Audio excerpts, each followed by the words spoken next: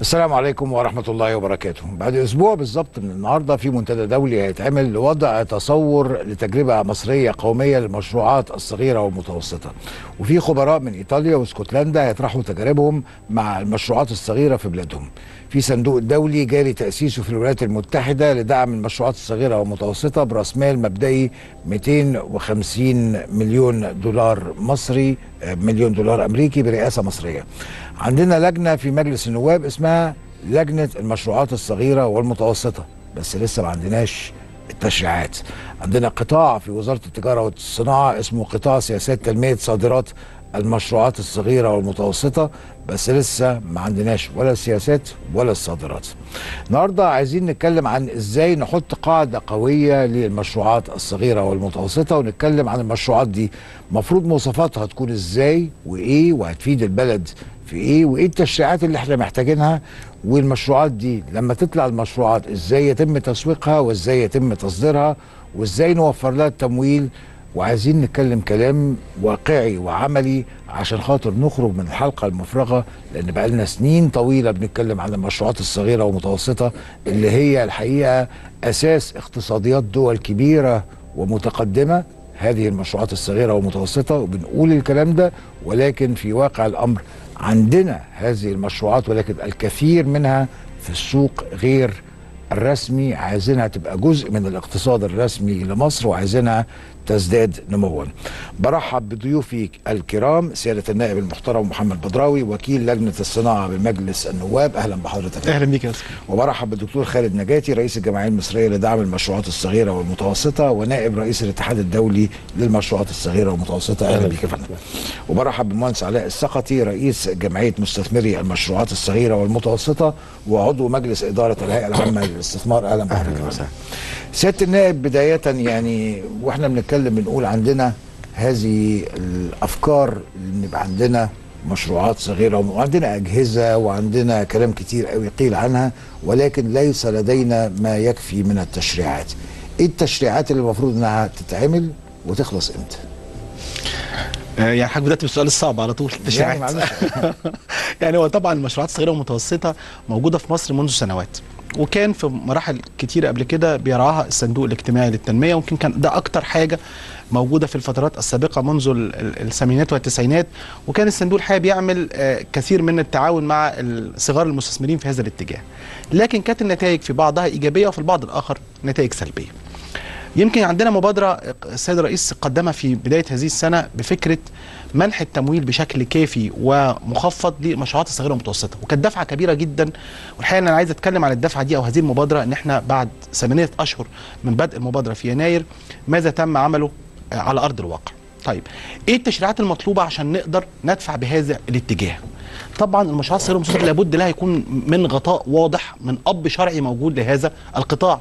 هذا القطاع زي ما حضرتك قلت هيبقى قاطره مهمه جدا للمستقبل، لكن هذا القطاع بيضم في غالبه ناس في بدايه حياتها، يعني شباب لسه في الاول عايزين ندفعهم الى النجاح بدل ما ندفعهم الى الفشل. لما يكونوا شباب، لان هو في ناس كبيره في السن وعامله مشروعات وفضلت صغيره. تمام. عشان خاطر ما حدش رعاها وهم شباب انها تبقى كبيره. تمام، يعني ممكن تكون في ناس بدات متاخرا، او زي ما حضرتك قلت كده بدات وما كبرتش. نعم.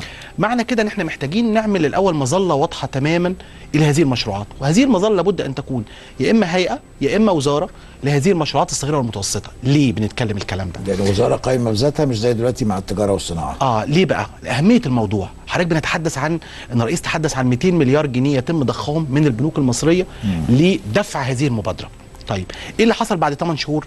البنك الاهلي لسه من 3 ايام بيقول احنا ضخينا، الكلام ده اول امبارح، كل اللي ضخيناه في ال8 شهور دول اقل من 8 مليار. ده البنك الاهلي. وهذا بالقطاع بكل القطاع. طيب، 8 من 50 المفروض يتضخوا السنه دي، يبقى احنا فين؟ يبقى احنا في اقل من 25% ما زلنا. طب تفتكر حضرتك ده نتيجه ايه؟ نتيجه الطلبات الكثيره جدا اللي بتطلبها البنوك، لانها طبعا محتاجه وهي في تعاملاتها انها يبقى عندها ثقه، يبقى عندها اوراق، يبقى عندها مستندات. لو في عندي مظله واضحه لهذا القطاع. بس ده البنك الاهلي هو الوحيد اللي خد المشوار ده على فكره، يعني طبعا يعني باقي البنوك يعني مقارنه يعني مفيش. اظن 3700 مشروع لغايه دلوقتي اللي هم عملوا معاهم. التصريح اللي كان طالع من البنك الاهلي لسه اول امبارح هو الحديث عن 8 مليار جنيه ده، وده رقم يعني عايز اقول لك ان من 4 شهور فقط، يعني احنا في لغايه شهر 5 كان الرقم تحت ال 3 مليار. يعني هم يمكن دفعوا كمان يعني في المسار شويه، لان احنا اتكلمناهم كذا مره في الموضوع ده. يا جماعه لو ما شغلناش المشروعات الصغيره والمتوسطه يبقى احنا ما عملناش حاجه في موضوع المبادره. كانت فكره المبادره ايه؟ ان احنا ننزل بمعدل الفايده المرتفع اللي موجود النهارده لغايه 15% و14% ل 5%. وطبعا ده في الحاله دي هيدفع الكثير من الناس الى النجاح وليس الى الفشل. طيب ايه اللي مأخر التمويل الكافي؟ لابد يكون في مظله واضحه من اول التشريع، من اول زي ما قلت لحضرتك وزاره او هيئه، تبقى هيئه قابضه او هيئه عامه او وزاره. يعني عايز اقول حاجه حسب الاختصاصات المطلوبه. يعني في ناس مظله واضحه. وعلى فكره ان يعني انا شايف الرئيس ومجلس الوزراء متفاعلين مع الفكره، متفاعلين مع فكره ان وجود مظله واضحه للمشروعات الصغيره والمتوسطه. نمره 2، ايه هو تعريف المشروع الصغير والمتوسط؟ في وسط الكلام اللي قالوه في البنوك، قالوا لاقل من مليون جنيه، احنا بنتحدث كده الاقل عمله اقل من مليون جنيه سنويا، انا اتحدث هنا عن مشروع صغير او متناهي الصغر. لغايه 5 مليون بتحدث عن مشروع صغير. لغايه 20 مليون بتحدث عن مشروع متوسط. يعني التصنيف جاي ماشي كده من 20 مليون لغايه 100 مليون، بعد كده يبقى مشروع كبير. يبقى احنا بنتكلم هنا على تصنيف حطته البنوك، لكن هل ده هو التصنيف الوحيد؟ يبقى ده نمره 2، تصنيف المشروعات الصغيره والمتوسطه ومتناهيه الصغر. 3، الهدف النهائي من هذا الموضوع ايه؟ هو التشغيل وخلق فرص العمل. يبقى معنى كده ان لابد ان يبقى عندي احصاء واضح بنوعيه المشروعات وبالتشغيل، شغلت كام واحد على مدار الفتره دي. يعني لو بنتكلم في 3700 مشروع، هل ده رقم كافي؟ ما انا ممكن النهارده ادفع 8 مليار دول بس ليه 10000 مشروع ل 20000 مشروع، فيبقى فرص التشغيل بقت اكتر. نمره 4، معدلات النجاح ومعدلات التعثر. دي نقطة مهمة جدا جدا جدا. يبقى لابد النهارده ان الجهة دي هتوفر دراسات الجدوى الكافية وهتوفر الدعم الكافي للنجاح. فالحقيقة ان الموضوع له نقاط متنوعة، من التمويل للإدارة لنوعية المشروع للدرجة بتاعة نجاح وعدم نجاح المشروع. في هذا الإطار هنحط التشريعات المطلوبة. التشريعات دي زي ما قلت لحضرتك من أول إنشاء الهيئة أو الجهة أو الوزارة اللي هيتم الاتفاق عليها. بعد كده هنتكلم على شكل التمويل والتصنيف وتعريف المشروع، ودي نقطة مهمة جدا. النقطة الأخيرة متعلقة بيه إحنا إيه هدفنا من المشروعات الصغيرة والمتوسطة؟ عايزين ندفع بالمجتمع ده وبالشباب اللي موجود عندنا لفرص عمل. النهارده الحكومه ما بتشغلش حد، واحنا عندنا 700,000 فرصه عمل ل 750,000 مطلوبين سنويا. حضرتك عارف الكلام ده. طب احنا دلوقتي النهارده بمعدلات النمو الحاليه اللي بتتراوح ما بين 4 ل 4.4 لغايه السنه اللي فاتت، بنوفر قد ايه من الكلام ده؟ انت عارف حضرتك ان كل 1% بيوفر بكتيره من 120 ل 150,000. فاحنا للاسف بيزيد معدل البطاله عندنا سنويا من 100,000 ل 150,000. عشان كده لو ما جريناش على احسن فروض عشان كده احنا بتتكلم حضرتك النهارده في 12.7 وفقا للاحصاءات الرسميه، يعني نقترب من 4 مليون عاطل. عشان تدفع بهذا الكلام ل 7 و8%، المشروعات الصغيره والمتوسطه هي الحجر الاساسي اللي هيدفع القاطره بتاعت النمو بسرعه. في بلاد طبعا وتجارب واضحه في هذا الملف، يعني في تجارب قدامنا واضحه في هذا الملف. هنيجي للتجارب. انا بس بتكلم الاول على النقاط اللي هي حضرتك الرئيسيه. ايه دور المجلس؟ ايه دور التشريع؟ النقط اللي هنشتغل عليها في التشريع. يبقى اتكلمنا على الجهه او الوزاره او الهيئه. المظله دي ده النقطه الاساسيه. نعم. طب دكتور خالد، يعني النهارده لما نسمع عن 8 مليار جنيه ل 3700 شركه، يعني مع ان احنا بنتكلم على ارقام كبيره، بنسمع على ان شركات او شركات صغيره ومتوسطه راح تاخد قروض ب 10 مليون جنيه، وزي ما قال لنا سياده النائب ان التصنيفات بتاعتهم. من اللي انا فاهمه من الناس اللي بتشتغل في البنوك ان ده مش شغل شركات صغيره ومتوسطه. ابو 10 مليون جنيه في بلدنا ده مش شركه صغيره. لا، هو كان يختلف الامر قبل التعريف الموحد اللي عمله الاستاذ طارق عامر محافظ البنك المركزي. كان كل بنك ما كانش فيه سياسه موحده او تعريف موحد للمشروعات الصغيره والمتوسطه. وياما نادينا بقالنا سنين لابد من اول حاجه انك تعرف مين هو مشروع صغير ومتوسط علشان تكون كان قابل للتمويل او غير قابل للتمويل. فلما جه الاستاذ طارق عامر عمل تعريف موحد للمشروعات الصغيره والمتوسطه اللي اشار اليه سياده النائب في حديثه. حته الشباب وتشغيل الشباب ده ملوش علاقه خالص بالمشروعات الصغيره والمتوسطه، ده مشروعات صغيره جدا ومتناهيه الصغر. وانا في رايي ان اللي بتشغل الشباب يعني؟ الشباب انت بتتكلم التعريف الموحد بتاع البنك المركزي مشروعات صغيره اللي بتعمل لحد 5 مليون، من مليون ل5، ده مشروعات صغيره. هل في شاب يجي ياخد 5 مليون؟ معلش يا استاذ انا بس سنويا. الصغيره لحد 20 مليون، المتوسط من 20 ل 100 مظبوط. الصغيره من 5 ل 20. الصغيره من 5 ل 20. احنا اللي بنشتغل ب 100 مليون جنيه في بلدنا بشكل اقتصادنا ده، يعني لو اعتبرناه شركه متوسطه ده تبقى. بس انا مش عايز اقاطع بس دكتور خالد. لا مش حاجة. بس هي النقطه بلاش نخش في التعريف دلوقتي، لان التعريف ده ممكن ياخد حلقه مش كامله. التعريف، لا، بس مش تعريف. بس انا بتكلم على الفلوس يعني اللي أنا ما هو ده بتكلم عليه. التعريف، هو التعريف التحديد ده يعني مش المهم بقى فيه تعريف ايا كان. يعني احنا قعدنا سنين من غير تعريف، بقينا لنا تعريف. لا بس هو التعريف ليه علاقه بحاجه تانية اهم. هو التعريف ليه حاجه تانية اهم من كده، الا وهو ان المشروع او الصغير المتوسط الناجح في رايي ليس الذي يبدا بالتمويل، هو المشروع الذي ينتهي بالتمويل. فلا بد اولا ان يكون هناك تعريف، ولا بد يكون هناك تدريب مهني وتدريب اداري للقائمين على هذا المشروع. المشروع الصغير المتوسط دايما لابد ان يبدا بمراحل تدريبيه ومراحل انشائيه، ثم يكون قابلا للتمويل او بانكبل كما بنقول في الائتمان، فبالتالي يروح للمؤسسه الماليه ياخد التمويل اللي هو عايزه. لكن اللي بيحصل المشروعات الصغيره جدا ومتناهيه الصغر بيروح الاول عايز ياخد التمويل وبعد كده يشوف يعمل بيه ايه. فاعتقد الصغيره جدا والمتناهيه الصغر ده لابد للصندوق الاجتماعي للتنميه هو الوحيد الذي يكون منوط بهذا القطاع. اما الصغيره والمتوسطه اللي بتعمل لحد 20 مليون ولحد من 20 ل 100 مليون كمشروع متوسط، ده ما تقوليش ده مشروع شباب، ما فيش حد شاب هيخش ياخد تمويل 30 مليون عشان يعمل مشروع، ده لابد ان تكون مشروعات بحجم معين ودراسات جدوى معينه ولها من الحيثيه الماليه والائتمانيه انها تتعامل بحجم بهذه وده الاموال. ما يخلقليش القاعده الكبيره ولا يخلق القاعده؟ لا هو يخلق قاعده كبيره في حضرتك بتختلف مع ده؟ يا فندم. طب بس ثانية هو يخلق قاعده كبيره في توظيف العماله وليس في اصحاب المشروعات. المشروع اللي بياخد تمويل 60 و70 و80 مليون ده هيبقى عنده مصنع بيشغل 500 600 الف عامل، فبالتالي بيخلق فرص عمل، بيقلل نسبه البطاله. ولكن ما فيش شاب، هات لي شاب النهارده خلينا واقعيين لسه متخرج من الجامعه هيروح لبنك يقول له اديني 20 مليون جنيه اعمل بيهم المشروع. لا ما قلناش 20 مليون يا فندم، خلاص احنا بنتحدث عن رقم حجم الاعمال بيع. يا فندم حجم اعمال مش مستوى التمويل يا فندم، ده رقم الاعمال يا فندم. أيوة أنا التعريف اللي طالع من المركزي حضرتك ان من 20 ل 100 ده رقم الأعمال مش القرض. انا عايز اقول حاجه بس ما هو ده اللي احنا شايفينه من اللي بيقولوا لنا اصدقائنا في البنوك، ان معلش لا بيروحوا الناس دي ياخدوا قروض بال10 مليون جنيه. للاسف بياخد بال10 مليون، ولا بياخد بال10 مليون جنيه ده عشان هو حجمه 100 مليون جنيه او 80 مليون جنيه، فطبيعي. ده التنفيذ بقى يا فندم السليم والغير سليم. احنا بنتكلم الاول التارجت بتاعنا ايه؟ ان احنا ندفع الشباب ان هم يروحوا على المشروعات الخاصه ويشتغلوا، ده التارجت مش ان انا اعمل مشروعات صغيره ومتوسطه فاستبعد الصغير والمتناهي الصغر واشتغل ايضا على المجموعه والقاعده اللي موجوده عندي. كل فكره انزل تكلفه التمويل لرجال الاعمال من 15% ل 5%، مش ده المطلوب. التارجت الاساسي ان انا عايز اخلق فرص اعمال عشان اوسع قاعده العمل وعشان الناس اللي مش لاقي شغل تشتغل. ده الهدف الاساسي الاجتماعي اللي موجود، مش الهدف خالص ان انا اخفض تكلفه التمويل لمشروعات قائمه. يعني ده التارجت اللي موجود قدامنا، فاذا ما حطيناش الهدف ده قدامنا يبقى الموضوع الفكره الاساسيه ان احنا نكلم المركزي نقول له خفض التمويل للناس وخلاص.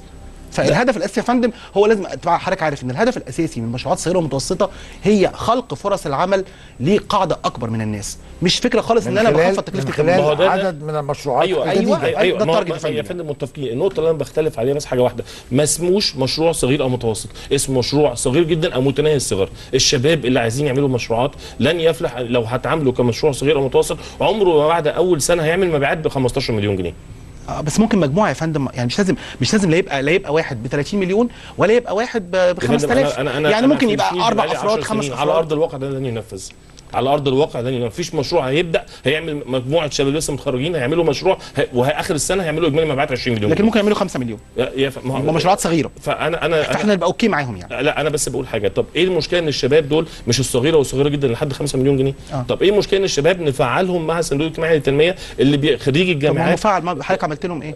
ما هو ثانيه حضرتك كده بتاخد الموضوع، لا اصل ده في جوهر المساله. لو حضرتك عايز تحول الموضوع لفكره ان انا باخد التمويل للشركات المتوسطه والكبرى فقط، يبقى لا ما بتكلمش على الكبرى خالص. طيب بتكلم الصغيره ما هو حضرتك دلوقتي النهارده الفكره الاساسيه في الموضوع هي المنشآت الصغيره والمتوسطه، وهي دي فلسفه الموضوع. لو احنا هنفرغ المضمون ده ونقول الصغير ده يروح بقى مع الصندوق الاجتماعي تاني عايش في مشاكله زي ما هو، يبقى انا كده بغير يا فندم. فلسفه الدوله في هذا الموضوع هو حضرتك ايجاد فرص عمل للشباب، لان الدوله بتقول انا مش هقدر اشغل الشباب من خلال الفرص الحكوميه، خلاص مش مختلفين في الكلام. وبناء على كده حضرتك بقى نتكلم في ايه؟ نقول بقى التعريف يبقى 5 مليون، لا يبقى 10، يبقى 3. لكن لو انا استبعدت خدت الصغير والمتناهي وخدته على جنب كده، يبقى معنى كده الصغير جدا والمتناهي.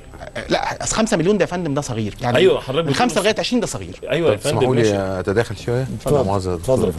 وانت اللي اثرت الموضوع اساسا. دلوقتي طبعا انا مبسوط ان حضرتك بدات حوارك بتقول المؤتمر اللي هنعمله السبت الجاي ان شاء الله باذن الله. ده مؤتمر شراكه ما بين جامعه بدر وجمعيه الصناعه الصغيره والمتوسطه وجامعه عين شمس. الهدف منه ان احنا هنجيب شويه تجارب من دول اسكتلندا وايطاليا والتجربه المصريه اللي احنا وصلنا لها وفقا لاراء 30 جمعيه انضموا لينا، وبنتكلم باسم تكتل واحد دلوقتي. طبعا المشروع الصغير او المتوسط او يعني المتوسط اللي هو فوق ال 20 مليون ده هنأجله شويه، خلينا نتكلم لحد ال 20 مليون من 5 ل 20 من 21 وفقا لتعريف البنك المركزي اللي قد نعترض او نختلف عليه بس شغالين ماشي. هو ده اللي عايزين ندعمه. طبعا انا هعترض مع سياده النائب في نقطه، المشروع الصغير له فوائد عده غير انه يشغل ناس بس. المشروع الصغير طبعا مزايا انك هتوفر عمله، انك تعمل تيرن اوفر سريع، كل الكلام ده له مزايا. طبعا التشغيل نقطه اساسيه، الصناعات المكمله والصناعات المغذيه طبعا ده اساس ده ماشي. تمام يا فندم تمام. ايه المشكله؟ الناس كلها عارفه الكلام ده. انا لما رحت استثمر بره مصر قالوا لي ايه؟ لما تيجي تشتغل كل سنه 10% من الرو ماتيريال او الخامات اللي هتستوردها تعملها عندنا. فبقيتش فاهم الموضوع. لما قعدت افكر لقيت فعلا ان لابد من التصنيع المحلي، لابد من وجود هذا الكلام في مصر. جيت وقعدت افكر او ادرس في الموضوع، لقيت الناس كلها عارفه الكلام ده، مفيش حد مش عارفه، يعني الحمد لله كل الناس عارفاه. طب ايه المشكله؟ المشكله ان الناس كلها ما بتشتغلش في اتجاه واحد. المشروع الصغير او المتوسط او الصغير، يعني خلينا برضه نتكلم عليه يا ساده، هو نمره واحد التسويق. اللي جاي ينتج منتج ده ما يعرفش، سواء بقى شاب او راجل كبير ما يعرفش. التسويق مش بس في حاجه تسبق التسويق وهي جوده المنتج. لا، نمره واحد التسويق. وهو يسوق يعني اسوق لمنتج لا مضروب بالنار. لا لحظه بس. لما يبقى عندك سوق تدور بعد كده على المنتج، مش يبقى عندك المنتج بعدين تدور على سوق. بمعنى اكمل لحضرتك، انا سامع اهو ما بقولش حاجه النهارده. لا النهارده لما يبقى فيه سوق لمنتج ارجع للخلف شويه واقول ايه المنتج، يبقى ايه المكنه، يبقى تتعمل ازاي، يبقى حسن الجوده وهكذا. بس لازم يبقى فيه ديماند، فيه طلب. الطلب ده اللي هو التسويق. طب دي نمره واحد. تسمح لي التسويق. اعترض؟ ممكن اعترض؟ طبعا. يعني قلم زي ده النهارده لما اجي اقول والله السوق موجود، كلنا بنستخدم الاقلام تمام، ولكن بندور على القلم الكويس. لو الشاب الصغير او المشروع الصغير او متناهي الصغر طلع لي قلم يعني الكواليتي بتاعته مش كويسه، ولما اعمل ايه انا هاجي النقطه دي لحضرتك حالا. انا النهارده حضرتك بتتكلم مش على التسويق، على دراسات السوق. انا هكلم حضرتك حالا دلوقتي. خلاص قلنا في الاول القلم اللي حضرتك بتتكلم عليه دلوقتي، القلم ده خلاص ببساطه شديده جدا انت تقدر تعرف القلم ده ايه المكنه اللي بتعمله. ده ببساطه شديده قوي قوي، وتقدر تجيب المكنه اللي بتعمله. اذا غطيت هذا البند وعرفت تعمله في الاخر. النقطه عندنا التسويق ده جزئين، جزء منتج نهائي بنستعمله في مصر هنا، زي طبعا بعد ما عملنا دراسات لقينا حاجات غريبه قوي. التوث بيك اللي هو بتاع السنان ده احنا بنستورد ب 50 مليون دولار سنويا هذا المنتج. المكنه اللي بتعمله ما بنغسلش اسناننا اصلا يعني مثلا المكنه اللي بتعمله ثمنها 20,000 دولار. ده دور مين هذا الكلام؟ الاصل ان تيجي وزاره الصناعه والتجاره تحدد صفات التجاره الخارجيه، تحدد ايه الايتمز او الاجزاء اللي هذه الدوله المصريه بتستوردها، وبناء عليه المكنه اللي بتعملها، وبناء عليه ادي مشروع جاهز. ده التسويق. يعتمد اخر برضو ده على تسويق يا فندم ولا ده دراسات سوق؟ ده نمره واحد. ما هو مفهوم التسويق ايه؟ يعني الابحاث ان منتج قابل للبيع بصرف النظر عن انه يبقى اسمه دراسه سوق او تسويق. يعني ده ماركتنج يعني؟ ماركتنج طبعا. ده كده ماركتنج ان انا لا النهارده لا معلش عشان ما تاخديش حضرتك عايز تزقني في انا حته. عايز افهم والله مش عايز ازق. لا انا مش جاي ازق والله، انا جاي افهم. انا اعني وجود السوق. تمام. طبعا عشان تعرف في وجود سوق او لا لازم تعمل طبعا دراسه تسويقيه. تمام. ثم تعمل ماركتنج، ده موضوع اخر. تمام. خدت بال حضرتك؟ الجزئيه الاخرى انك تعتمد على المصنعين الكبار، لان جزء من الانتاج اللي ممكن يطلع ده ممكن يبقى خامه او صناعه مغذيه للكبار، يبقى لازم الكبار دول ياخدوا حوافز عشان يبداوا يعملوا. تحضرني قصه، انا كنت اكس زيروكس، اشتغلت في شركه اسمها زيروكس 8 سنين في انجلترا، وجيت هنا على مصر في زيروكس هنا. كان الخواجات يقولوا ايه؟ جزء من اللي انت بتستورده ده لازم تعمله في مصر. اقول لهم يا اخوانا طيب عشان اعمله في مصر لازم اعمل ابجريد او اعلي مستوى المصنع، لان الجوده اللي بيطلعها دي ما ينفعش تستخدمها. يقول لك ده جزء من دورك انك تعمل كده. وجزء من دورك انك تعلي. يعني جزء من دور الشركات الكبرى بالظبط، انها تعلي من مستوى طبعاً. ما تقدمه الشركات طبعا الصغيره. طبعا طبعا ما فيهاش هزار، وياخدوا حوافز على هذا الكلام. كدور مجتمعي ولا كواجب مفروض لا عليها؟ لا ياخد حوافز، تديله حافز، تديله حافز ايا كان ايه نوعه. حدث اقتصادي يعني. نمره 2 التدريب اللي الدكتور خالد اتكلم عليها. ما ينفعش النهارده انك تجيب واحد غير مؤهل وتديله فلوس هيخسرها ويخسر البنك. التدريب ده لازم يبقى مدرك يعني ايه مكسب ويعني ايه خساره، يبقى تدريب مالي. لازم يبقى مدرك يعني ايه يدير ناس، بقى تدريب اداري. يبقى اذا ودي حاجات بسيطه ما هياش حاجات سوفيستيكيتد يعني. تمام، سوفت سكيلز. اذا بالظبط كده، يبقى لازم تحصل. شفت مش بزقك اهو. ده انا عجباني في جدا. ديمقراطيه. نمره 3 بقى، الناس دي هتشتغل فين؟ مش لازم ليها مكان تشتغل، ليها ارض او ليها مبنى، ولا هتشتغل برضه نرجع نكبر الاقتصاد غير الموازي وكل واحد يشتغل في شقته الموازي. او يشتغل تحت بيته او الكلام ده. لما نعمل هذا الكلام كله تعال نتكلم بقى ايه في تكلفه التمويل. انما لو بدات بتكلفه التمويل او التمويل بصفه عامه من غير ما تبقى جاهز فيبقى الكلام تمام. ولما نيجي نقول ان اعلى راس في الدوله هي اللي اقرت التمويل، ده مش رساله واضحه لكل اجهزه الدوله باهميه هذا الموضوع، وكل الاجهزه لازم تتحرك في هذا الاتجاه. اللي احنا فيه النهارده ايه؟ ماذا تم منذ اعلان الرئاسه هذا المشروع؟ 8 مليار. غير الفلوس، ماذا تم كاجراءات؟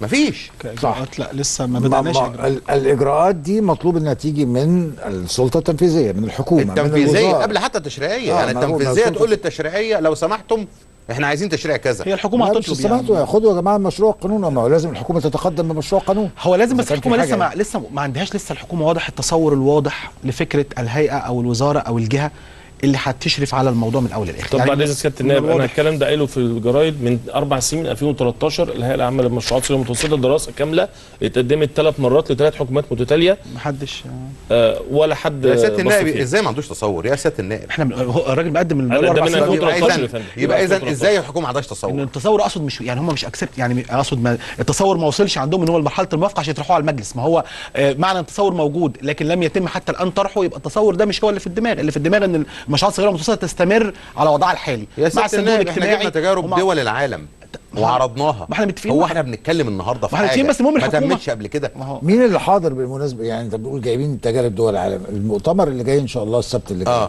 مين حاضر من الحكومه؟ الحكومه المصريه. وزير التجاره. والله انا دعوت وزير الصناعه. وزير الصناعه طبعا. لا انا دعوته خلاص، ما اعرفش اذا كان هيجي ولا لا. ودعوت الاستثمار، ودعوت اللجنه عند حضرتك اللي هي محمد بيه يوسف، لجنه الصناعه الصغيره والمتوسطه في المجلس، ودعوت كل الاطراف اللي اقدر ادعوهم. كويس. مين فيهم قال لك انا جاي؟ ما خدش كونفirmation من حد ولا حد. ممكن نلخص لحضرتك مشكله عشان يبقى كلام واقعي على ارض الواقع؟ طب مشكله المشروعات الصغيره والمتوسطه في مصر ايه هي؟ مش مشكلتها التمويل، فلوس موجوده. المبادره بتاعت سياده الرئيس وبتاعت محافظ البنك المركزي 5% متناقصه وال7% دي من وجهه نظري مش هو ده الحافز اللي هينشط قطاع المشروعات الصغيره والمتوسطه، لان صندوق الاجتماعي والتنميه كان بيجي له منح باقل من ذلك طول عمره. فهي المشكله مش مشكله لا عدم تواجد اموال للتمويل ولا هي مشكله سعر الفايده. فهي مشكله ايه؟ ان المشروع ده يبقى قابل للتمويل، ان يكون في مشروع قابل للتمويل. اموال البنوك دي اموال يعني جهه تحتضن وتدي له الدراسات. أيوة. زي ما قال الباشمهندس، وانها يتعمل لها الماركت اناليسيس، ما عندكش بديل، يتعمل لها ده كله عشان خاطر المشروع ده يبقى له جدوى، فبعد كده هيلاقي التمويل بسهوله. دي اموال مودعين. ما ينفعش البنك ياخد فلوسنا انا وحضرتك والاساتذه ويديها المشروع عشان بس انا ما عنديش فلوس. بلاش انا عندي فلوس.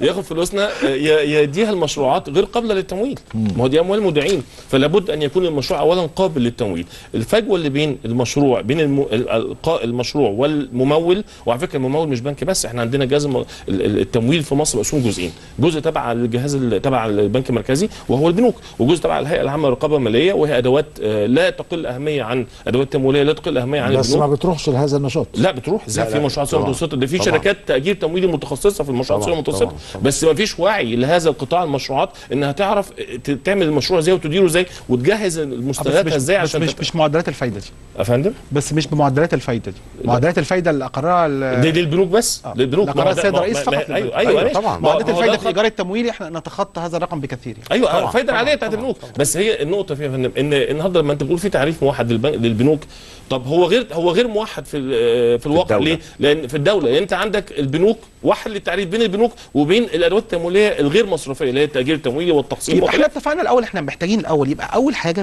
متفقين كلنا عليها هو ضروره وجود هيئه او جهه او وزاره تبقى هي المظله او الاب الشرعي للمشروعات الصغيره والمتوسطه. ده واحد. طيب يبقى اتفقنا على واحد، على واحد دي خلاص. نرجع نتفق على 2 و3 بعد هذا الفصل.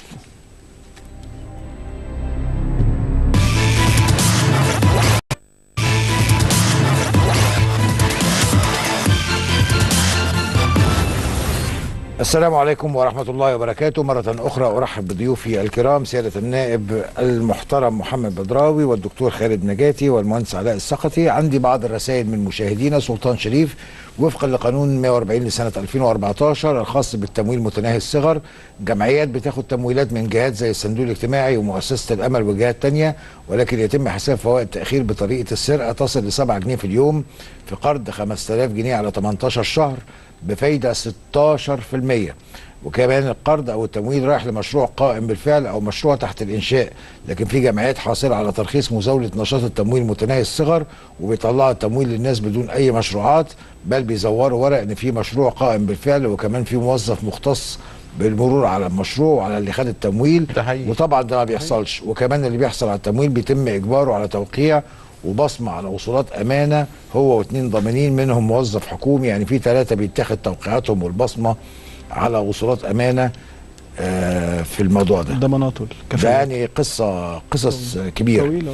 الدكتور مجدي الشريف: لن تقوم قائمه لقاعده صناعيه عريضه منتجه ومصدره توفر فرص تشغيل الا بدخول فئات جديده وعدم التعويل على هياكل واحتكارات مسيطره، بينما نناقش تعريفات الاتحاد الاوروبي 98% من الناتج المحلي تحققه المشروعات الصغيره والمتوسطه.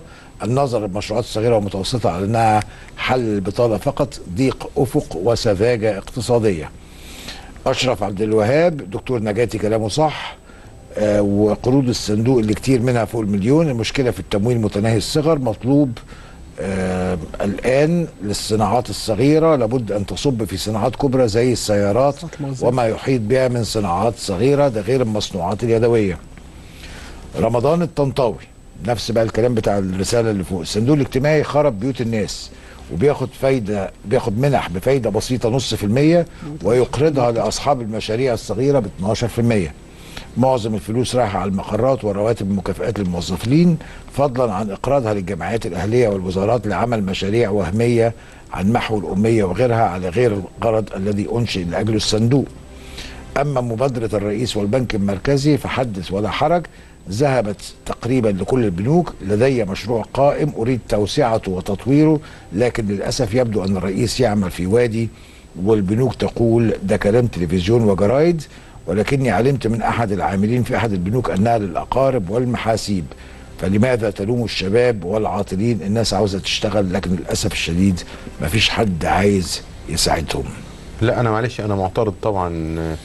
لا يعني الصندوق الاجتماعي بيقوم بدوره، هو تكلفة الفلوس على الصندوق 5.7 فالصندوق بيقوم بدور. فبيقرض ب12، بيقرض بأكتر من كده، بس طبعا ممكن يوصل ب12 مع التأخيرات ومع الكلام ده، بس هي ممكن توصل لكده ساعات 15. برضه نرجع ونقول تاني احنا ليه دايما بنلف ونرجع على قضية التمويل؟ ما معلش، اصل دي ناس اللي بعت لنا ناس عاشت التجربه، حالات عاش التجربه. فهو النهارده زي ما كان سياده النائب بيقول في قبل ما نطلع للفاصل، النهارده عندي المواطن شايف قدامه، شاف وعد الرئيس واضح وصريح فيما يتعلق بال5%.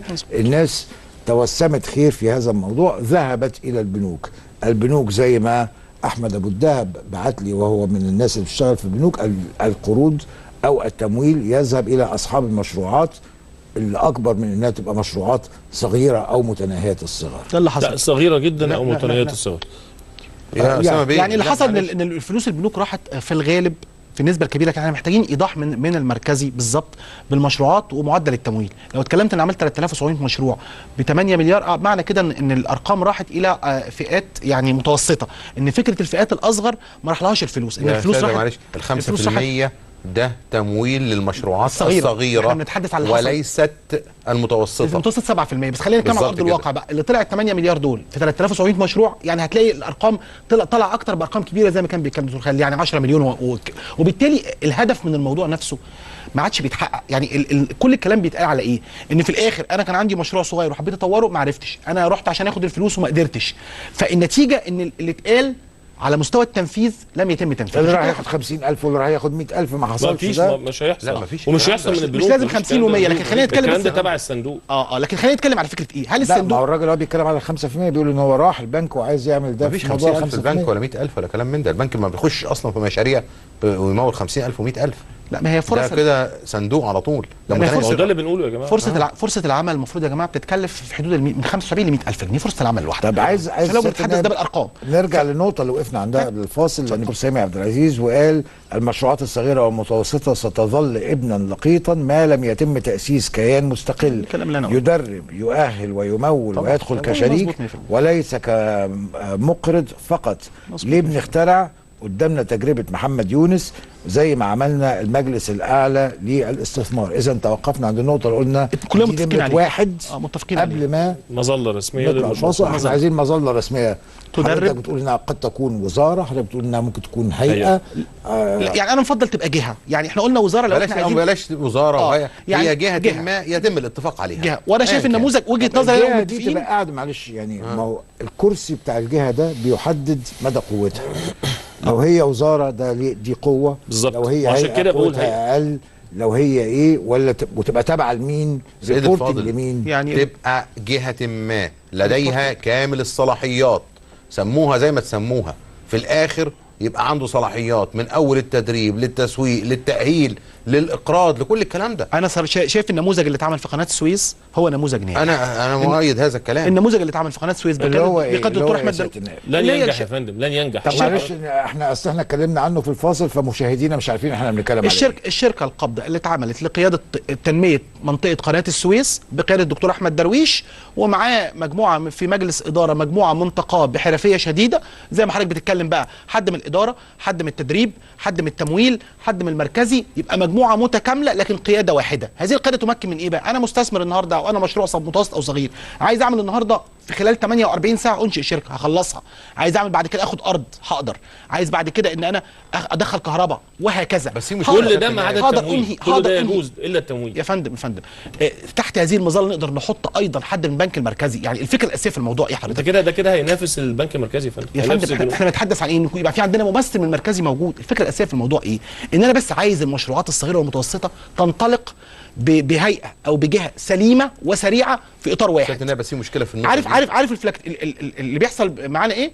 انك بتقول للشاب النهارده هنبدا نعمل مشروع، طب دراسه الجدوى ناخد فيها شهرين، وبعد كده نراجع، وبعد كده في مشكله، وبعد كده هتضامن، وبعد كده ابدا نفذ، وبعد كده حصل تعثر، وبعد كده ما مولناش، تكون النتيجه ناخد في كل مشروع بدل ما ناخد شهرين ناخد سنتين. بس التنافس. اللي حاصل في التعثر دلوقتي هو البطء والتاخير، بنقعد نراجع في كل ملف مره واثنين وثلاثه. الحاجه الاخيره اللي انا باؤكد عليها وما زلت مصمم عليها اسامه بيه، منفذنا في المرحله القادمه عشان نقدر نرفع من اقتصادنا في كل النواحي هو المشروعات الصغيره والمتوسطه، وايضا ده منفذ للشباب.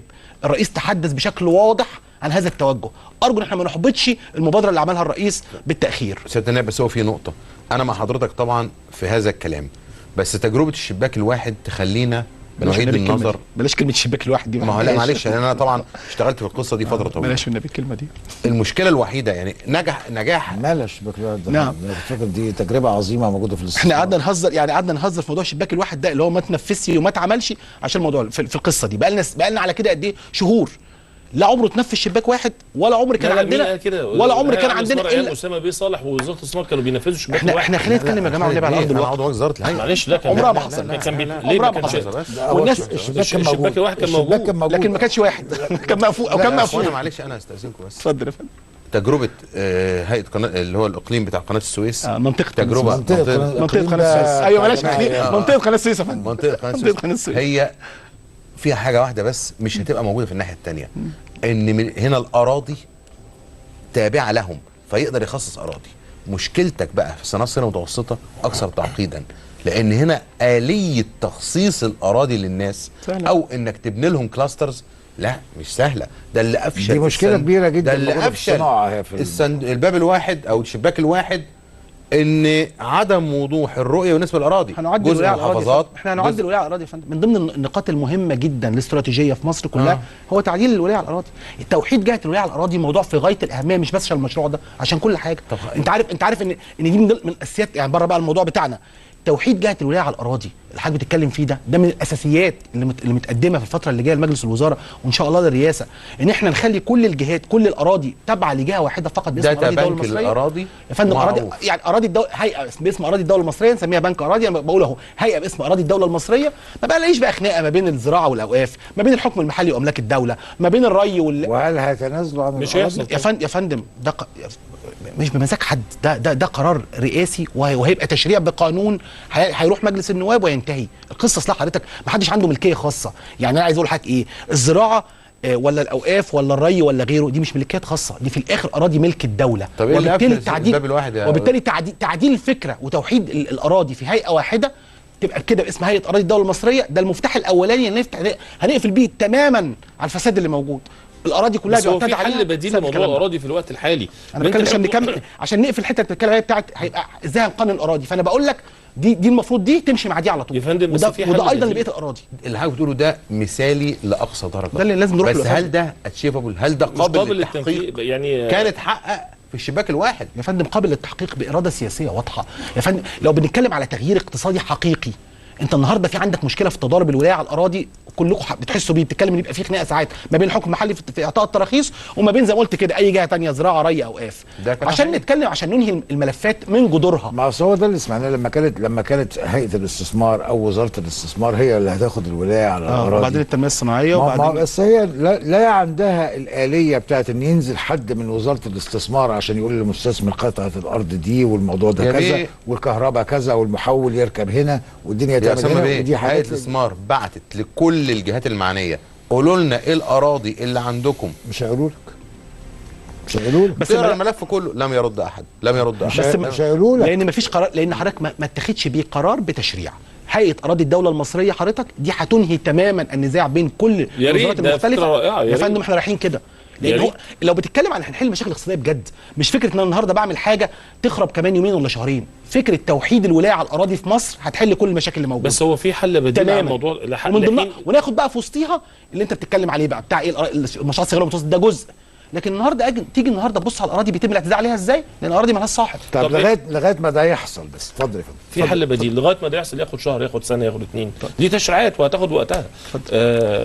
في حل بديل للمشروعات. ما اقدرش استنى لحد ما بالزبط. كل الحاجات تحصل. في حل بديل للمشروعات الصغيره والمتوسطه عشان موضوع الاراضي، ان الحكومه تعمل الانكيوبيتورز او الحضانات بتاعت المشروعات الصغيره والمتوسطه. انا لفيت شفت الحضانات في الهند، شفت الحضانات في جنوب افريقيا، وشفت في الصين، وشفت في جنوب افريقيا، وشفت في البرازيل.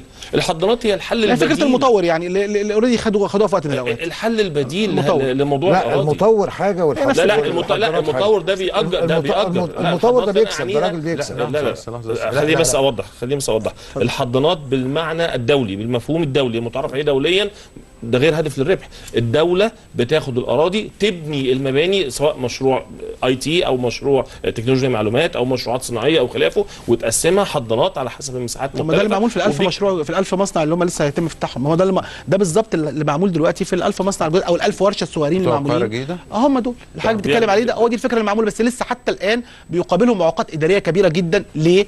لأن النهارده حضانة ليه بيقابلهم معوقات إدارية كبيرة جدا؟ وأنا عندي في نفس الوقت شبهها. لما حضرتك قلت IT فكرتني، عندي المناطق التكنولوجيه اللي بتعملها وزاره الاتصالات ما عندهاش المعوقات دي، ودايره زي الفل. لا والناس اسمع المشاكل من الناس بقى يا اسامه بيه. يا اخوان يقول لك الدفاع المدني عايز 400,000 جنيه عشان يعمل الاطار بتاع ورشه او مصنع صغير مثلا 500 متر. فالناس تقول لك انا عشان ادفع 400,000 جنيه عشان اعمل الدفاع المدني لقطعه الارض دي او المصنع الصغير الورشه الصغيره دي، ادفعهم منين؟ يا فندم الكلام ده بقى خد بالك مشاكل ايه بقى متكرره كثيره. يعني بس أنا يعني على ارض الواقع في التنفيذ. اوضح بس احنا عمالين بنغوص في التفاصيل. لا بس الحضانات كده مش المفهوم الدولي. المفهوم الدولي اللي بياخد الحضانه ده ما بيتحملش اي تكلفه خالص نهائيا. الدوله بتحتضنه لمده 3 سنوات. سنترال كل حاجه سنترلايز. وبعد كده بتعملوا حفله تخرج. انا شفتها بعينيا في جنوب افريقيا، بيعملوا حفله تخرج، بيتخرجوا وبعد كده يروح هو يأجر بقى مكان او يشتري مكان زي ما هو عايز. اقول لك حاجه بس ده عايز القانون اللي موجود الحالي موجود يا فندم. يحدد 10% من مساحات الاراضي في المناطق اللي هي المجتمعات العمرانيه الجديده للصناعه الصغيره والمتوسطه وفقا للقانون. هل هذا تم؟ ما تمش طبعا. خدت بال حضرتك؟ تجربه بقى قضيه الفلوس دي، هنا بقى المطور بيخش ياخد هذا التصميم ويعمله، مفيش مشكله، ويسلمه للدوله. حتى لو سلمه للدوله مش يتباع ولا يتاجر، مش مشكله. بس في الاخر وارد المطور يخش طبعا ويبقى تجربه، وده اتعمل طيب اسمحوا لي اقول لكم برضو بعض الرسائل. دكتور مجدي الشريف، المدخل غير احترافي ولا علمي ولا منطقي. انت عايز ايه؟ التشغيل ولا الانتاج ولا التصدير ولا زياده الدخل؟ وعلى اساسه تخطط. صح؟ احنا الهدف ايه؟ كل ده مع بعض هل الهدف هو ان احنا عايزين نشغل ناس، ولا الهدف ان احنا عايزين نعمل انتاج؟ عشان معلش معاك هتشغل ناس يبقى عملت انتاج. مجموعه الاهداف كلها. يعني لو شغلت ناس هيعملوا ايه الناس دي؟ ما هو انتاج، هيعملوا انتاج، هيصب في الانتاج. لو عمل انتاج يبقى بس لو انت رايح من الاول خالص تقول والله انا بعمل مشروع، ما ثانيه انا ممكن اقول ايه؟ هعمل مشروعات كثيفه العماله اذا انا كان الهدف هو التشغيل، او ان انا عايز اطلع انتاج متميز يصدر، يبقى انا النهارده مش مهم يكون كثيف العماله ولا بتكلم على الجوده، وده فبتكلم على حاجات محدده بصناعات محدده بطلعها عشان خاطر زي ما حضرتك تفضلت وقلت انا عارف اسواقي من الاول. انا عايز مشروعات ناجحه، قد يكون منها جزء كثيف العماله، قد يكون منها جزء في بمستوى عالي الجوده للتصدير. الفكره الاساسيه يا اسامه بيه ان المشروعات تكون مشروعات ناجحه. فالكلام اللي قلناه ان احنا عايزين جهه قابضه او هيئه قابضه ده خلاص اول موضوع انتهينا منه.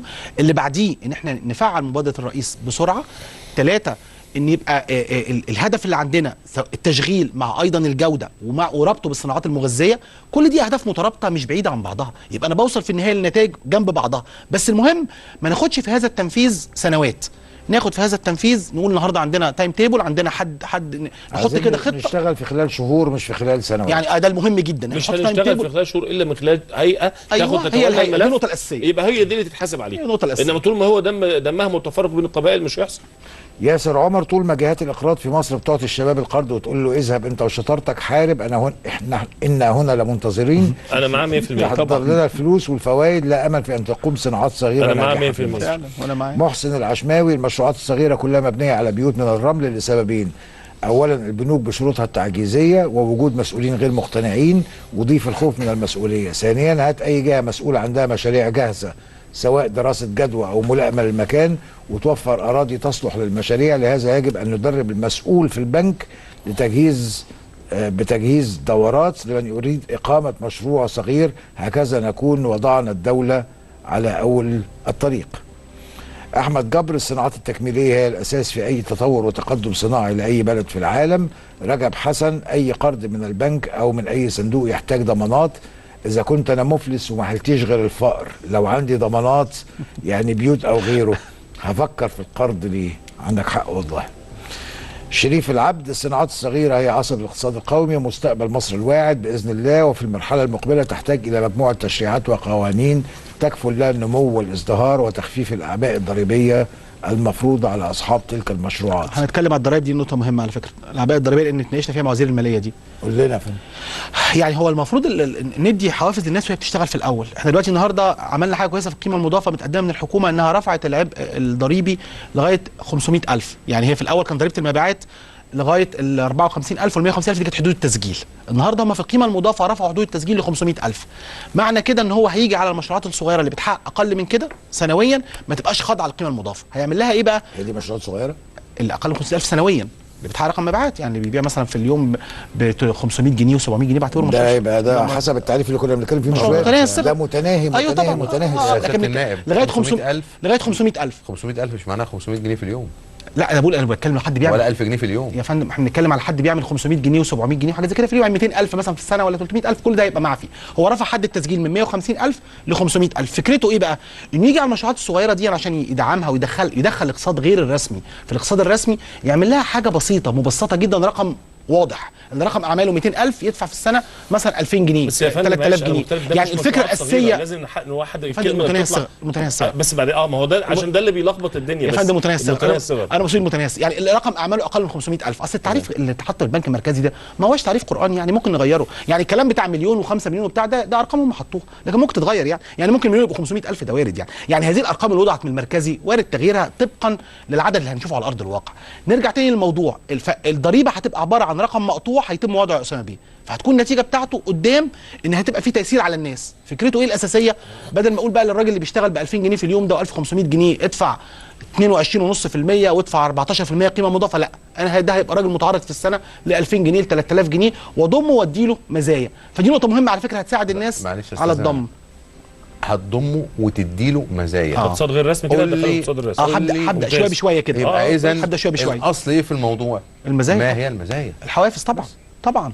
ما هو من ضمن الحوافز التامينيه. انت عارف حضرتك النهارده وانت خارج اي منظومه رسميه بتبقى خارج اي حافز تامينيه، اي عطاءات هتتحط. انت عارف انه حاطط في القانون 1% من القيمه عشان يعمل بيها حوافز، وهيعمل حافز دي للمستهلك ويعمل حافز دي للصغيرين. يعني هو حاطط في دماغه رقم سايبه من الحصيله بتاعه الضريبه الوزير، يعني عشان يقدر يعطي من خلاله حوافز. طب سيد نبي، حضرتك قلت حاجه جميله جدا جدا. هيعمل حافز للمستهلك على فكره. قلت الوقت. ده اللي هاممني، لان انا شايف على ارض الواقع الرئيس تحدث في يناير واحنا النهارده في اغسطس، والناس على ارض الواقع بتقول لك انا كشاب. حضرتك شفت كممثل للشعب عملت ايه لما حصل تاخير 8 شهور على حساب الناس؟ والله انا على المستوى الشخصي قدمت بيانين عاجلين. مش انا على فكره. لا ده سؤال في محله على فكره.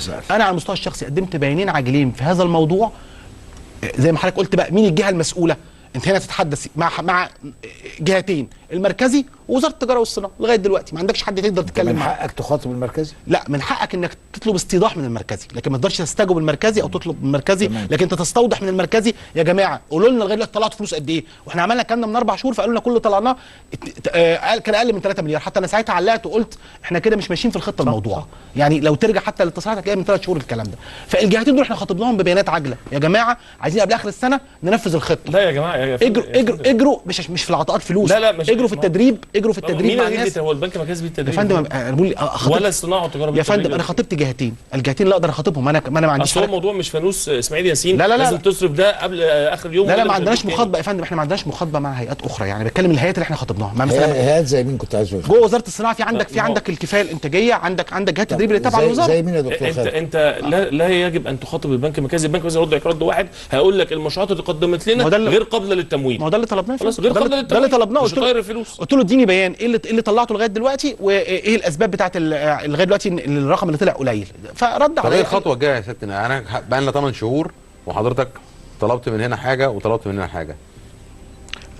انا بعتبر ان حضرتك دلوقتي بتمثل الشعب. الخطوه بالنسبه لنا احنا يعني الخطوه اللي جايه هي ان احنا هنصعد طلب الاحاطه، نصعد بيان العاجل ده نخليه طلب احاطه او استجواب، ويعني بالحوار الحقيقه هيبقى يعني بقالك 8 شهور. الحقيقه يعني بالنسبه لي انا فعلا في استجواب لرئيس الوزراء.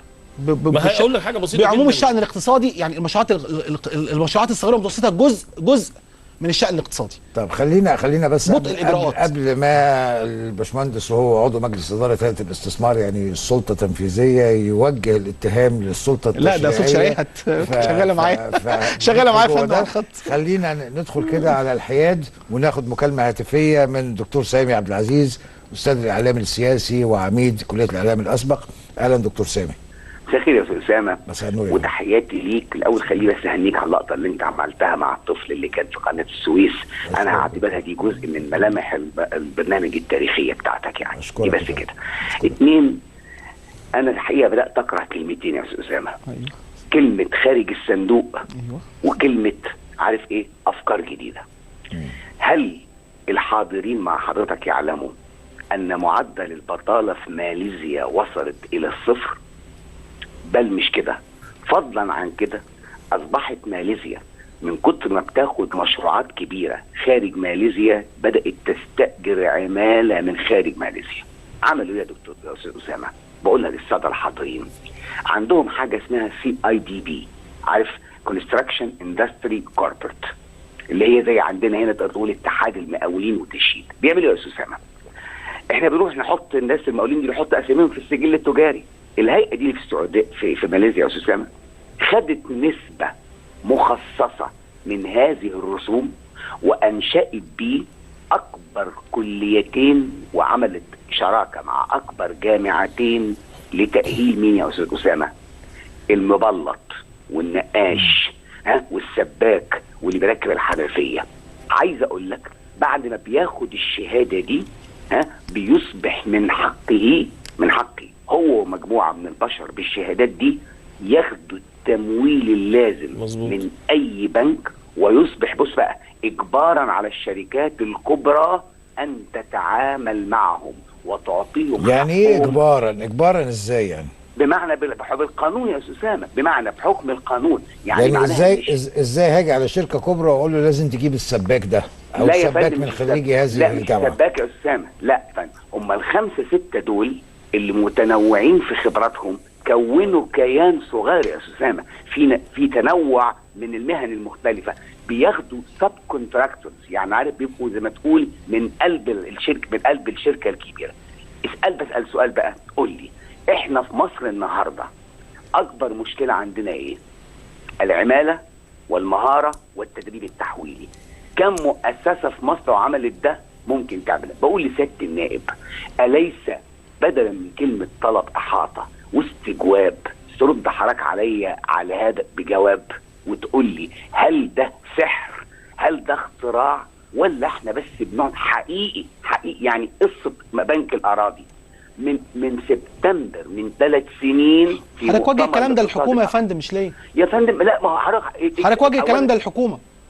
مصلحه التدريب اللي مسؤوله يا فندم عن مصلحه الكفايه الانتاجيه، انا كنت بناقش الموظف بتاع مصلحه الكفايه الانتاجيه، ما عندهمش اساسا مدربين، طالبين مدرسين اضافيين عشان يدوا دورات تدريبيه اضافيه ويزودوا عدد المتدربين عندهم، والوزاره رافضه انها تديهم الموازنه الجديده. ايه رايك؟ واحنا حاطينها في توصيات لجنه الصناعه يا فندم. انا هقول لحضرتك بس، حاطينها في توصيات لجنه الصناعه ان لابد من زياده ميزانيه هيئه مصلحه الكفايه الانتاجيه عشان تزود معدل التدريب للناس.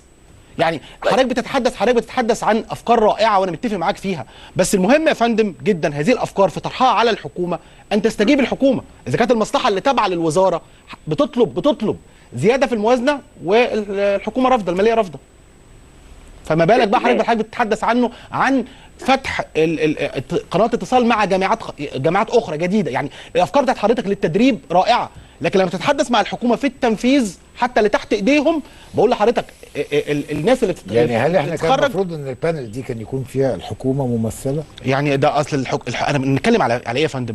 ان احنا بيبقى دورنا التوجيه للحكومه. يعني انا بقول لك انا كنت بناقش الموازنه، الفكره اللي قالها سامي بيدي انا قلتها في التوصيه بتاعت لجنه الصناعه في الموازنه بتاعت المصلحه اللي عايزه ناس عشان تطلع متدربين افضل واحسن، وخصوصا بتقول المتدرب اللي بيطلع من عندي بيبقى محجوز في المصانع، لكن العدد قليل ليه؟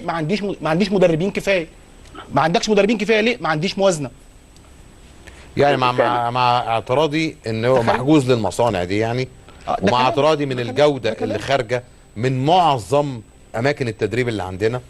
انا عندي مصانع ومدرك يعني تمام الموقف ايه لو ده ما جاش واتدرب عندنا فيبقى طيب خلاص. خلينا عشان الدكتور سامي هل في اضافه حاجه ثانيه حضرتك هتضيفها؟ اخيرا يا استاذ اسامه، اتفضل. من ضمن برضو الاشياء اللي احنا بنقع فيها فكره نكلم الحكومه يا فندم. اللي انا قلته ده ما كانش جهاز حكومي يا استاذ اسامه، ده تجمعات مدنيه متخصصه، نقابات، سميها وات ايفر، انما مش الحكومه لوحدها الى جانب. انا شايف انه حقيقي البرلمان ده بدات تظهر له ضوافر وبدات تظهر له مبادرات ايجابيه، فانا بدعو سياده النائب اليس من حق المجلس ان يتقدم بمثل هذه الافكار سواء للحكومه او للجهات الموجوده؟ ما احنا في الاخر يا جماعه يعني انت عايز افكار جديده اهو.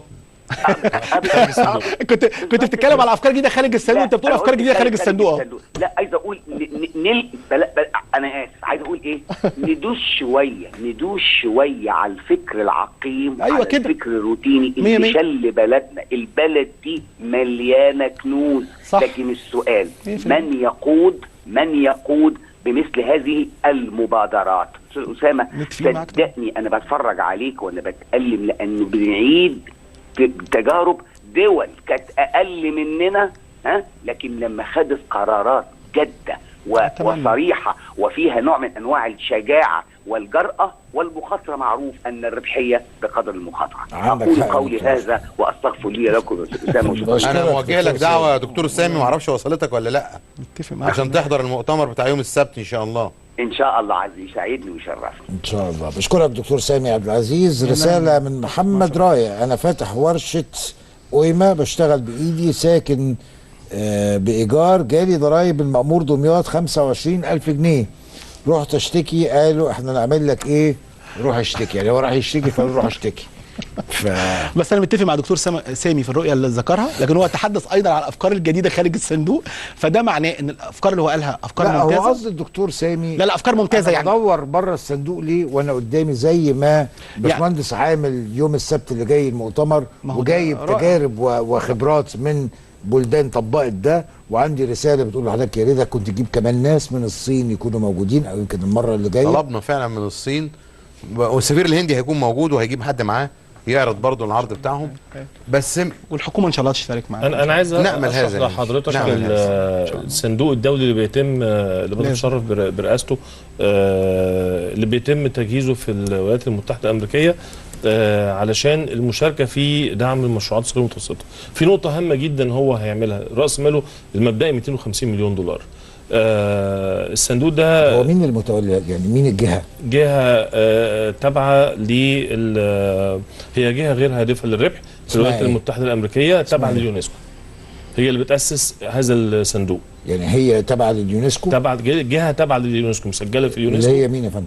اسمها الهيئه الدوليه للمشروعات الصغيره والمتوسطه، حاجه زي الاتحاد الدولي للمشروعات الصغيره والمتوسطه كده. هي مقرها في امريكا وبتعمل صندوق. الصندوق ده علشان يدعم المشروعات الصغيره والمتوسطه على مستوى العالم. ولكن دي حاجه متحده؟ لا مش متحده، تبع مسجله في يونسكو. مش يونسكو متحده، بس هي مش تابعه للامم المتحده، هي مسجله في شركات كتير غير هدف يعني غير هدف للربح. مسجله في اليونسكو. نعم.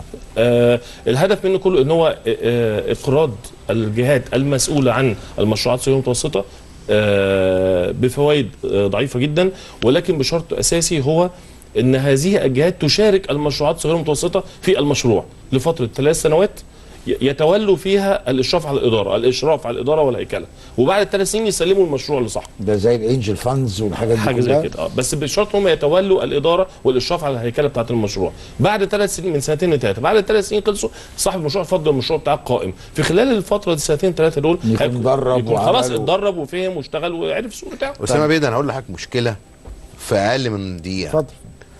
عندك رجال الاعمال الكبار، المصانع الكبيره اللي هي اسماء كبيره، كلها شركات عائليه، او بنسبه 80% منها شركات عائليه، ومعتمده على الشخص اللي اقام هذه الصناعه.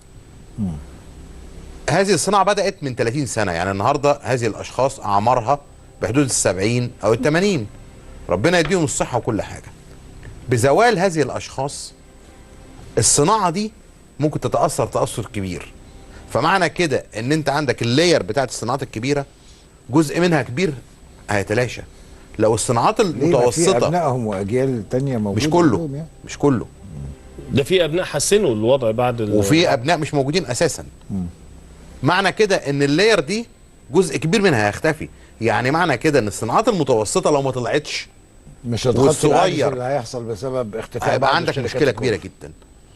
دكتور عبد الرحمن الصاوي، طلبنا من وزاره الماليه اكثر من مره أن يضم قانون المناقصات الجديد مادة تلزم الشركات الكبيرة بتخصيص 30% من أي مشروع كبير لشركات صغيرة ولا حياة لمن تنادي. ما دي أفكار أهي. ما تقدرش تلزم أي كيان، خلينا منطقيين. نفس الكلام حضرتك قلته قبل كده، ازاي تلزم الكبير؟ لا ما دي حضرتك دي مناقصات حكومية. لا الحكوميه دي قضيه اخرى. احنا النهارده بيقولوا ان يضم قانون المناقصات الجديد، يعني مناقصات حكوميه.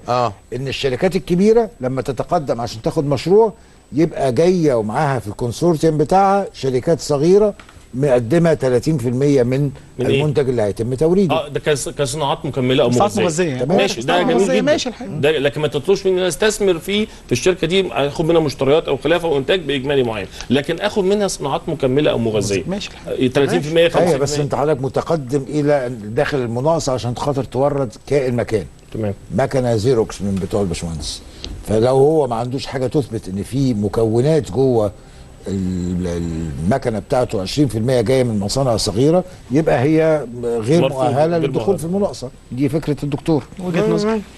هالة أبو النور: تواجه المشروعات الصغيرة والمتوسطة في مصر العديد من المشكلات التي تحد من القدرة على تنميتها وتطويرها: نقص التمويل، كفاءات إدارية وفنية والخبرة، نقص العمالة، مشكلة الانتماء، عدم وجود جهة معينة تهتم بشؤونها. واضح الناس متفقة على موضوع طبعا. انا مختلف بس على نقص التمويل. تمام، يعني التمويل موجود. التمويل موجود، ولكن الوصول إلى التمويل مش مفعل. مش مفعل. يعني لازم يكون كيان قابل للتمويل. أيوة يعني لازم يكون الكيان ده قابل للتمويل عشان ياخد التمويل، مش العكس. او عارف يوصل ازاي. عارف دي اليات معينه، دي اليات معلنه، تمام. لكن لازم يكون هنا شركه قابله للتمويل عشان ياخد التمويل. هاني الأشموني: اكبر اقتصادات العالم بدات بالصناعات الصغيره والمتوسطه، اهم حاجه ان الحكومه تكون مسؤوله عن تسويق تلك المنتجات، ولكن لا تترك اصحاب تلك الصناعات يكون لهم السوق، اهم شيء التسويق. محمد طلبة: لابد من اسناد هذا الموضوع لوزاره متخصصه ويكون عندها احصاء باعداد العاطلين والتمويل اللازم وتمويل المشروعات ومتابعتها. نفسنا نتعلم بقى ان هذا الموضوع وغيره يتم اسناده لجهه واحده مسؤوله يبقى عندها قرارات وتحتها الاف ينفذوا دون تعقيب. نبي احمد ابراهيم: هذا واحد من اهم ملفات تشغيل الشباب والمجتمع، لابد من تبني احد الخبرات العالميه في هذا المجال مع تشجيع وتسهيل المشروعات القائمه واعداد ملف لصناعات صغيره مختلفه يضمن كل الخطوات والنو هاو والاعلان عن هذه المشروعات مع تقديم التسهيلات اللازمه، بحيث تخضع هذه الصناعات فيما بعد لمتابعه وتقييم بغرض تحسين الاداء والتطوير المستمر. يعني اللي عايزين نضيف عنصر الوقت بس، يعني اللي احنا كلنا متفقين عليه دلوقتي، عايزين جهه، عايزين نتكلم فقط على ان احنا قبل نهايه السنه نكون الكلام اللي قلناه ده تم تنفيذه، يعني يكون عندنا في خلال الاسابيع القادمه فعلا جهه او وزاره ايا كان اللي هنوصل فيه مع الحكومه. ده واحد. اتنين، حضرتك عامل اهو مؤتمر كويس نبدا نشتغل عليه، نعتبره ده نقطه في سلسله التحرك بتاعنا. ثلاثة، نبدا نتكلم على ازاي نربط مبادره الرئيس اللي تمت اول السنه بهذه الهيئه او الجهه وبدايه التحرك، والاعلام بشكل مباشر على ان احنا كل شهر عملنا او نفذنا كام مشروع ونسبتنا كام في المية من التحقيق المستهدف. يعني فكره ان احنا يبقى عندنا خطه واضحه المعالم باسابيع، زي ما قلت كده بتايم تيبل واضح، كل 3 شهور تايم لاين محطوط للحاجه. وكل 3 شهور يبقى عندي وضع واضح. طب احنا اتكلمنا، ما تيجي نزنق اسامه بيه بقى خلاص. لا ونقول له هو مش ممثل الحكومه يعني. ان هو مسؤول ان كل اسبوعين يقول ايه اللي حصل، يسالنا او يدرك او يعني يعرف ويذيع عن الناس كل شهر يبقى كويس. ما عنديش مانع ان انا اعمل ده، بس انا عندي رسائل كتير جايه بتقول ان انتوا اوريدي توهتونا. انت قلت الرسائل كلها معانا، انت كل الرسائل قلتها كلها معانا. في رسائل جايه اقول لك الرساله اللي جايه دي لا ما اقصدش يعني حاجه، الكلام كله معظمه ايه؟ ان احنا عايزين جهه او هيئه كلنا متفقين عليها، بنتكلم بعد كده. معلش انا عايز اعرف التوهان جه منين؟ مش عارف. يعني هذا الامر محتاج فكر فلسفي واستراتيجي، وللاسف ضيوفك توهونا في تفاصيل تكتيكيه والناتج لخبطه. ممكن دخلنا في تفاصيل سنه يعني، بس طلعنا بكونكلوجن، بس كونكلوجن كلنا متفقين عليه، عايزين جهه او وزاره. هقول لحضرتك برضه تكمله الرساله بتاعته. نحن بصدد مشروع تغيير متكامل للاداره المصريه. مظبوط. الف به اداره التغيير هو فكر استراتيجي تمام. في شكل كومن ستوري. الغرض منها هو تغيير الثقافه وهي المكون الاساسي في مقاومه التغيير. للاسف هو ما لم اشاهده على شاشتك اليوم في تناول هذا الموضوع. لا ده انا متفق جدا في النقطه دي جدا. اقول لحضرتك ليه؟ المشكله مش هننفع نقول للبنوك انت ليه ما صرفتش الفلوس اللي عندك، هقول لك ما فيش شركات قابله للتمويل. ثانيه واحده بس يا فندم،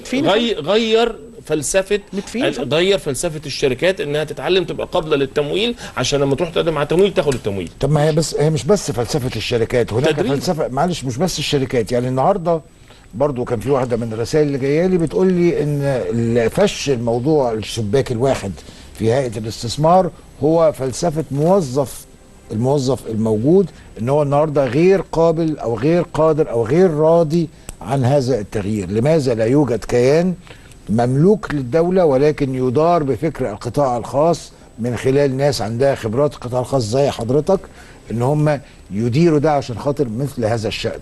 لو دخلنا جوه جهة حكومية جديدة، هيئة جديدة، وزارة جديدة، بنفس القصة بتاعتنا، بنفس الفكر، بنفس الموضوع، بنفس الناس، مش هنوصل لحاجه. بس احنا قلنا في نماذج ناجحه زي النموذج اللي هيطبق في منطقه قناه السويس. احنا طلبنا يا فندم ان يكون عندنا نموذج. بنتكلم على نموذج قناه السويس ان هو ناجح كفكره، لكن حضرتك لسه ما شفتش نتائج. مش شرط تطبيقه على المشروعات. انا بتحدث فكره يا فندم، فكره المنفذ الواحد او المواجهه الواحده. حتى هل هذه الفكره، هل حضرتك لمست بنفسك ان ما يقدمه صديقي العزيز الدكتور احمد درويش، ما يقدمه الدكتور احمد درويش في قناه السويس حقق نجاحا، فبالتالي تقول اللي سمعته عن شكل التعامل مبسط، الوضع اللي عايز ينشئ شركه انا عرفت الدكتور احمد درويش ده هو واضح جدا، هو لازم يكون ناجح. انا سمعت الشيخ صالح كامل بيقول انا عملت شركه في 48 ساعه، لكن عايزين نتائج على ارض الواقع. الحب حاجه والصداقه حاجه، بنتكلم على التنفيذ يا فندم. واحنا بنتكلم بنقول هل ما قدمه الفريق العمل اللي انا اعرف نصه على الاقل هناك متميزين جدا. انا شغال معاهم،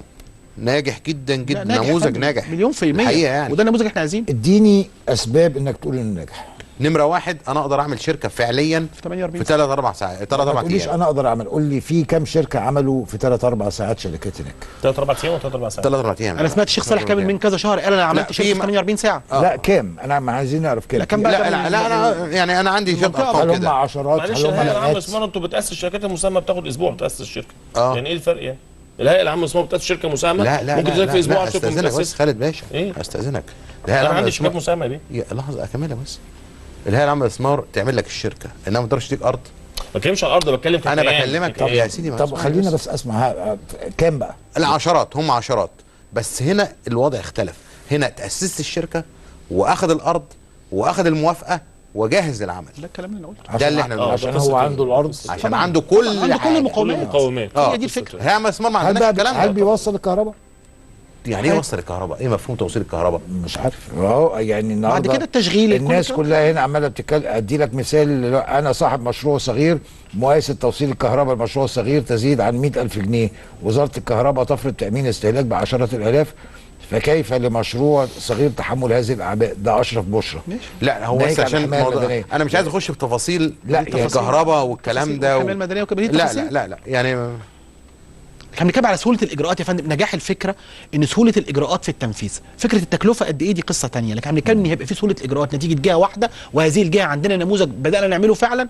ارجو ان احنا نعمل زيه في هذا الموضوع بتاع المشروعات الصغيره والمتوسطه، يا تبقى وزاره يا تبقى جهه، وهذه الجهه تبقى هي الجهه المسيطره بالكامل من الاول للاخر على الموضوع. تدريبا اول ما يرجع دكتور احمد درويش من جاكرتا نجتمع معاه بالظبط، ونقعد ونشوف كيف نجحت والى اي مدى نجحت تجربته، وهتنجح في اللي جاي اكتر ان شاء الله. ان شاء الله منطقه قناه السويس، ونشوف ازاي. بس متهيألي قبل ما نقعد معاه هم يكونوا اتفقوا. هم مين؟ المنوطين بالموضوع، ان يبقى فعلا يقبلوا هذا الطرح. لا هذا الطرح في اتجاه التنفيذ، والكلام ده طب يعني ده على ان شاء الله مسؤوليه سياده النائب. يعني هذا الطرح في الاتجاه الموافقه عليه، ان يكون هناك هيئه او جهه او وزاره. يعني لسه فكره بس ايه يبقى الشكل النهائي اللي هيستتم التنفيذ من قبل مين يا فندم؟ من قبل رئيس الحكومه. يعني رئيس الحكومه هو صاحب هذا التوجه، او هو اللي موافق على هذا التوجه. اذا كانت مشروع بقانون يبقى حضرتك المشروع القانون ده هيصدر من الحكومه، يروح على مجلس النواب، مجلس النواب يصدره. لا حضرتك بتقول لي هم بصدد، هم مين؟ يعني حصل نقاش يا فندم في مجلس الوزراء بخصوص هذا الموضوع، خدت بال حضرتك، وايضا مع مؤسسه الرئاسه، ان المشروعات الصغيره والمتوسطه عشان تنجح سيادة النائب الكلام ده بقاله قد ايه؟ بقاله تقريبا 3 أسابيع. سيادة النائب 3 أسابيع. القانون بتاع الصناعه الصغيره والمتوسطه بقاله قد ايه؟ انا بتكلم يا فندم عن المناقشات الاخيره المتعلقه بالاخيره، الموضوع اللي بنتكلم فيه ده. احنا بقالنا 4 5 شهور بنلف على النقطه دي. وهناك توصيه من كمان من لجنه المشروعات الصغيره والمتوسطه عندنا في المجلس، هناك توصيه واضحه بضروره انشاء هذه الجهه او الوزاره او الهيئه، نستقر بس على الشكل بتاعها ونمشي بيه. لكن طبعا آفة الدوله المصريه هي التحركات البطيئه. كتير قوي بناخد قرارات صحيحه، ولكن في توقيتات خاطئه لاننا بنكون اتاخرنا، فبالتالي بنحاول اننا نلملم نفسنا. نرجو اننا نكون اكثر جرأة واكثر قدره على الحركه الاسرع. على الاقل في بعض النقاط الاساسيه اللي اتفقنا عليها، وهي وجود ان تكون هناك جهه ما تشرف على هذا الموضوع. نتمنى ان يكون في ايديها الكثير من السلطات انها تدير شؤون هذا المشروع دون ان تضطر ان تلجا الى جهات اخرى تعرقل ليها مثل هذا. اسامه بيه حضرتك مهتم بالصناعه الصغيره والمتوسطه او المشروعات دي؟ اكيد. يعني لو انا مصري يعني قدام الناس كلها لو جيت قلت لحضرتك تشرفنا يوميها تدير هذه حلقات النقاش، هقول لك ان انا عندي برنامج على الهواء الصبح. خلينا نتفق. ابعت لك الكاميرا. هي ممكن تبقى الكاميرا، لكن ادير انت بتدبسني على الهواء يعني. ايوه. الساعه كام طيب؟ كده صح. الساعه كام؟ 10 الصبح. طب انت فين؟ جي دبليو ماريوت جنبك. عايز توديني جي دبليو ماريوت 10 الصبح وانا بمشي من هنا يوم الجمعه الساعه 1 بالليل وبوصل مش عارف فين؟ يعني خليك منطقي. طيب اذا اردت تروح اجي لك الساعه 12 اتفقنا؟ خلاص ده وعد. ده وعد. يبقى الساعه 12 الظهر عند المهندس علاء السقطي في مؤتمر المشروعات الصغيره والمتوسطه، ونشوف التجارب اللي هتبقى موجوده من ايطاليا ومن اسكتلندا ومن المصريين.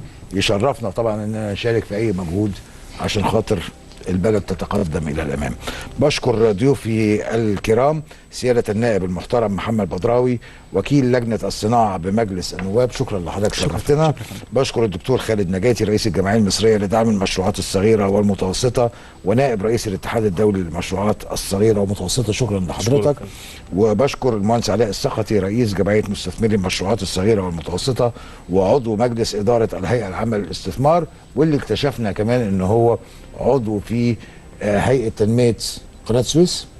لا انا مشارك معاهم. لا مش عضو. مش عضو؟ لا. طيب قلنا يعني يمكن معلومه جديده كنا عرفناها في اخر حلقه. لو معلومه جديده، رئيس المنطقه الصناعيه المصريه في اثيوبيا، لو عايز تقولها دي. ما شاء الله احنا عندنا منطقه صناعيه في اثيوبيا. تبدا امتى؟ بدات خلاص. في كذا مصنع فيها. وفيها مصانع. طيب ما شاء الله. يبقى ده موضوع في حد ذاته عايزين نبقى نناقشه. بشكركم، نلتقي الاسبوع القادم على خير وتصبحوا على خير.